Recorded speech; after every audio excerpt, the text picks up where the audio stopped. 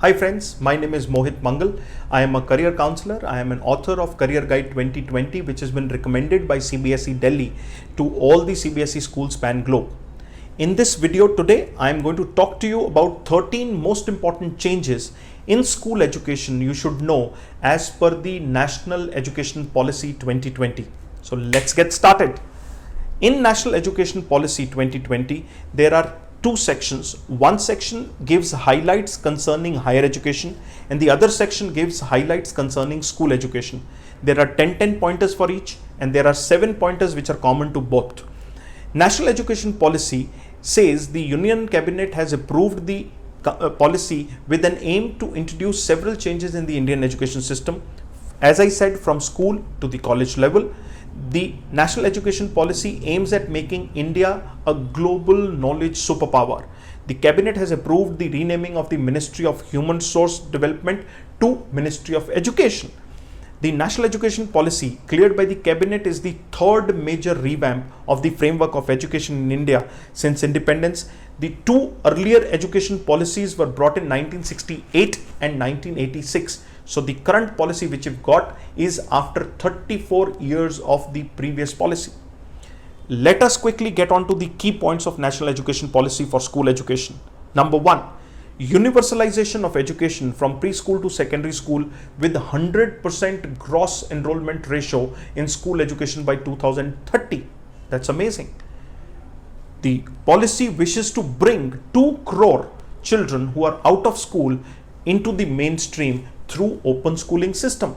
If you would have heard, there is something which is known as National Institute of Open Schooling, NIOS. So through many more such open schools, they wish to bring in all the children who are deprived of primary education. The current system of 10 plus 2 is been replaced by a new 5 plus 3 plus 3 plus 4 curriculum structure corresponding to the ages mentioned from 3 to 8, 8 to 11, 11 to 14 or 14 to 18 years. So what is it? This is something which we all need to understand.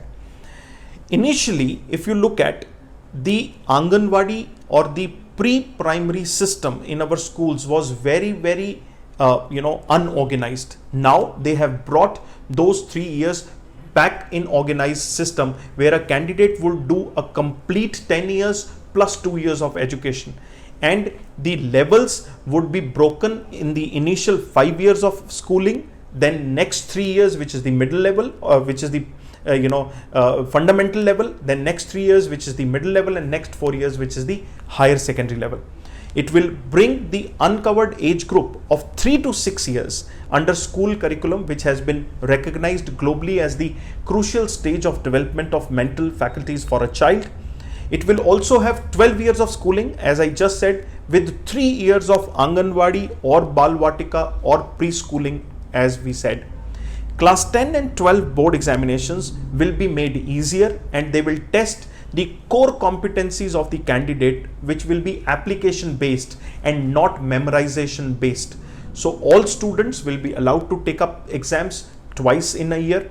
School governance will set to change as there will be new accreditation framework and an independent authority will regulate both private as well as the public schools.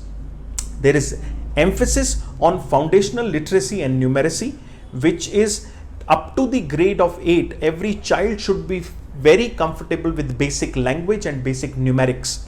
So no rigid separation will be there in arts, science and commerce as we have seen in the traditional fashion. Also, extracurricular, co-curricular and vocational streams which were treated separately will come under one umbrella, and vocational education will also get added in the school system. Vocational education, including computer coding, shall start right from class 6 along with internships. Teaching up to grade level 5 shall be in the mother tongue or a regional language, but there will be no language which will be imposed on a student. Assessment reforms will be done with 360-degree holistic progress card shall be given, where the tracking of the student will be done by self-assessment, peer assessment as well as the teacher assessment, and the focus shall be on achieving the learning outcomes. New comprehensive national curricular framework for teacher education, which is NCFTE 2021, will be formulated by the National Council of Teacher Education in consultation with NCERT.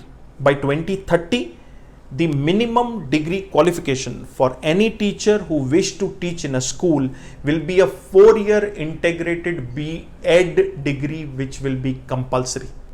I hope you got quick idea of what is the school policy.